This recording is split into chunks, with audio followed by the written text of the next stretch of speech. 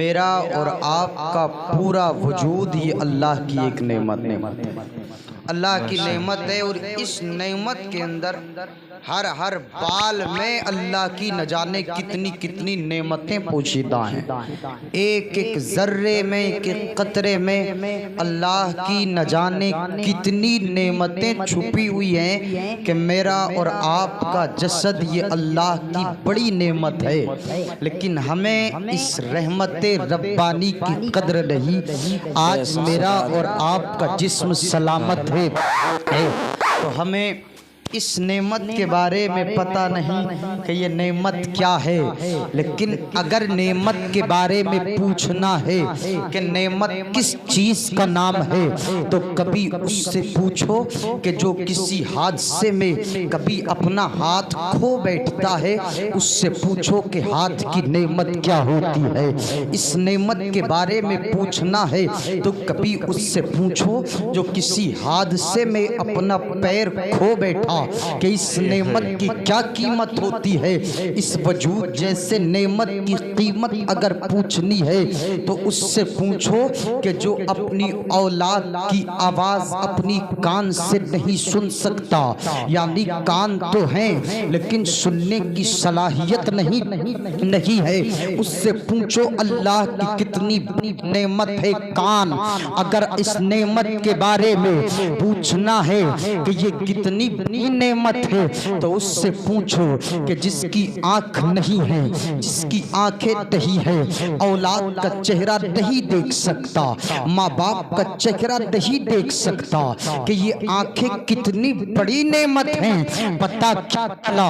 اگر نعمت کے بارے میں ہمیں چاہیے کہ اللہ کی نعمتوں کے شکر گزار بن جائیں، اور نعمت کے بارے میں اگر احساس نہیں ہوتا کہ اس نعمت کی شان کیا ہے۔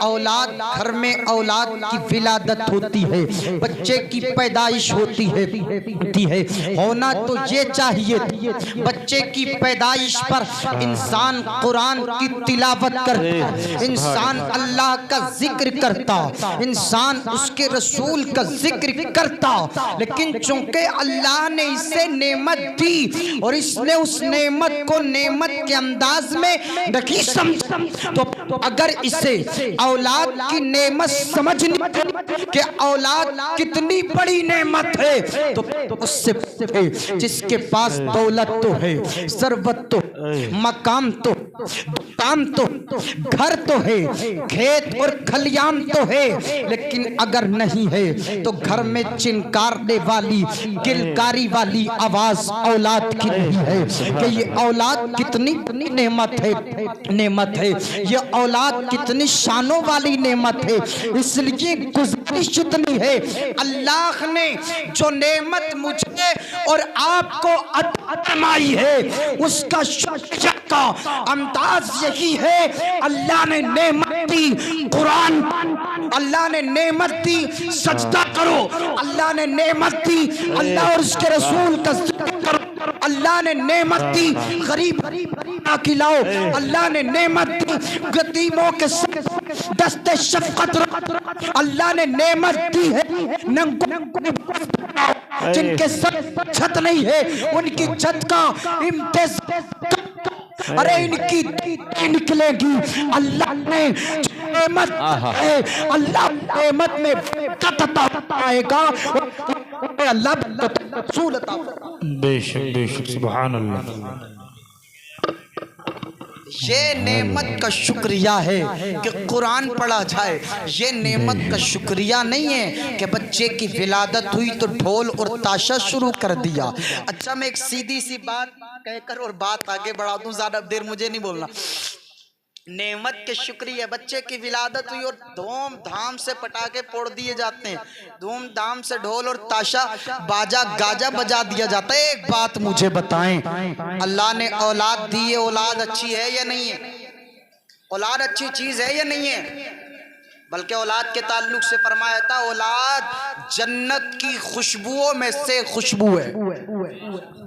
اولاد اچھی چیز ہے یا نہیں ہے؟ اور اچھی چیز پر یہ ڈھول اور تاشے اور گاجے باجے، یہ اچھی چیز ہے یا بری؟ اچھی چیز ہے یا بری؟ بری چیز. اب مزاج سمجھیں. اچھی چیز پر اچھی چیز کا اہتمام کرنا یہ حضور کے غلاموں کا طریقہ ہے. اچھی چیز پر خرافات قائم کرنا اور پھر اپنے آپ کو کہنا حضور کے عاشق ہے. وہ سب کچھ ہو سکتا ہے، مالدار ہو سکتا ہے، دولت مند ہو سکتا ہے، عیش و عشرت کی زندگی گزارنے والا ہو سکتا ہے، لیکن جو محمد مصطفیٰ کی سنتوں کا خون کرے وہ سب کچھ ہو سکتا ہے مگر محمد کا غلام نہیں ہو سکتا. سب کچھ ہو سکتا ہے لیکن محمد کریم صلی اللہ علیہ وسلم کا سچا وفادار نہیں ہو سکتا. علی جناب محمد عشرت حسین صاحب قبلہ نے اپنے بچے کی ولادت پر ان کے والدین نے، ان کے بھائیوں نے مل کر کے اس محفل کو سجایا. گویا بتا دیا اچھی چیز آئی ہے تو اچھا ذکر ہونا چاہیے، بہتر چیز آئی ہے تو بہتر ذکر ہونا چاہیے، بہتر چیز آئی ہے تو بہتر بات ہونی چاہیے، قیمتی چیز آئی ہے تو قیمتی چیز ہونی چاہیے. اس قیمتی چیز کے تعلق سے مفتی ذیشان صاحب نے آپ کو بتائی دیا کتنی بڑی نعمت ہوتی ہے. آقا کی حدیث کا مفہوم کہ یہ اتنی بڑی قیمتی ہوتی ہے. جنت کی خوشبوؤں میں سے گویا ایک خوشبو کا نام اولاد ہوتا ہے. اتنی بڑی نعمت اولاد ہے. اس کے تعلق سے فرمایا جاتا ہے اپنی اولاد کو اچھائی کا کلمہ سکھانے والا، اس پر اللہ اتنا ثواب عطا فرماتا ہے کہ جتنا صدقہ کرنے پر ثواب نہیں، اتنا اولاد کو اچھی بات سکھانے پر اللہ ثواب عطا فرماتا. یہ اولاد کا مقام ہے. لیکن ہمارے حال، ہماری اولاد 20 سال کی بھی ہو جائے تو اس سے دکان چلانا آ گئی، مکان چلانا آ گیا، کروڑوں کا کاروبار سنبھالنا آ گیا. 20 سال کی عمر میں نہیں آیا تو ایک نماز سیکھی نہیں سیکھی. کیا اولاد 20 سال کی ہوئی تو کروڑوں کا کاروبار سنبھال لیتی ہے، مگر اس اولاد کو یہ پتہ نہیں سجدے میں جائے تو کس انداز میں جائے، رکوع میں جائے تو کیسے جائے، قیام میں کھڑا ہو تو کیسے کھڑا ہو. مفتی صاحب موجود ہیں، آپ پوچھیں کیا معاملہ ہے؟ کیا قیامت میں اللہ کے حضور اس کے والدین سے یہ سوال نہیں ہوگا کہ اپنے بچے کو کلمہ سکھایا تھا یا نہیں سکھایا تھا؟ کہاں وہ دولت مند اور کہاں وہ عیش و عشرت کی زندگی گزارنے والے جو یہ سمجھتے ہیں بچے کی ولادت ہو گئی اسکولوں میں ڈال دو اور اسکول کی تعلیم حاصل کر کے وہ انگریزی پٹاپٹ بولنے لگا تو اب باپ نے سمجھا میرا بیٹا بڑا قیمتی ہو گیا، میرا بیٹا بڑا اچھا ہو گیا، میرا بیٹا بڑا شانوں والا بنے گا. لیکن ابھی کلمہ یاد نہیں ہوا ہے، ابھی اللہ کا نام زبان پہ صحیح طریقے سے نہیں لیتا. دنیا کی ساری چیزیں ہیں لیکن کلمہ یاد نہیں ہے.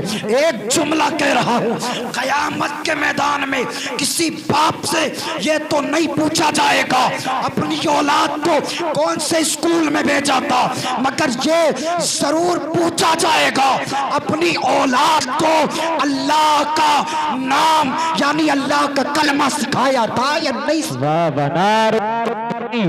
نعرہ رسالت مسلک اعلی فیضان اعلی حضرت، نعرہ تکبیر، نعرہ رسالت. کلمہ ضرور پوچھا جائے گا اللہ کا نام سکھایا تھا یا نہیں سکھایا تھا.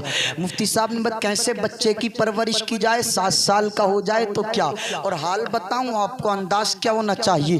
حضرت لقمان شانوں والے ہیں، کمالوں والے ہیں. ان کے فرمودات میں ایک فرمانے والی شان یہ ہے، آپ فرماتے ہیں بچے کو تربیت کے لیے مارنا، بچے کو تربیت کے لیے مارنا، بچے کو تعلیم ادب کے لیے مارنا باپ کا ایسا ہے، باپ کا بچے کو تعلیم کے لیے مارنا ایسا ہے جیسے آسمان سے بارش کا زمین پر گرنا.